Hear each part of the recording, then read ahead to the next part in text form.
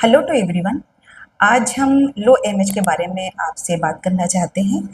कुछ लेडीज़ होती हैं जो उनको कंसीव नहीं हो रहा होता है और वो डॉक्टर के पास जाती हैं, उनका ब्लड टेस्ट होता है, उसमें एमएच लो होने से वो बहुत परेशान हो जाती हैं।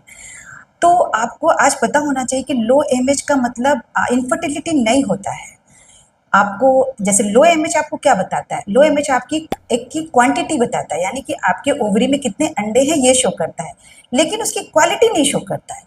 तो आपको पता होना चाहिए कि एक की क्वालिटी भी बहुत मैटर करती है कंसीव होने के लिए, नेचुरली कंसीव होने के लिए।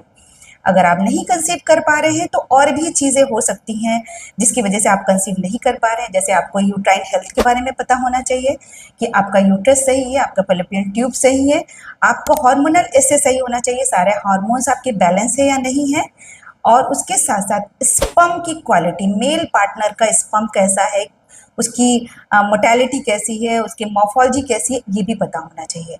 तो अगर आप लो एमएच में हैं तब आपको परेशान होने की ज़रूरत नहीं है, क्योंकि अगर आप सही टाइम पे आपका ओव्यूलेशन हो रहा है, आपका एंडोमेट्रियल टिश्यू थिकनेस भी सही है, सही टाइम पे आपका पीरियड भी रेगुलर है, सारी चीज़ें ठीक ठाक हैं, तो आप कंसीव हो सकती हैं।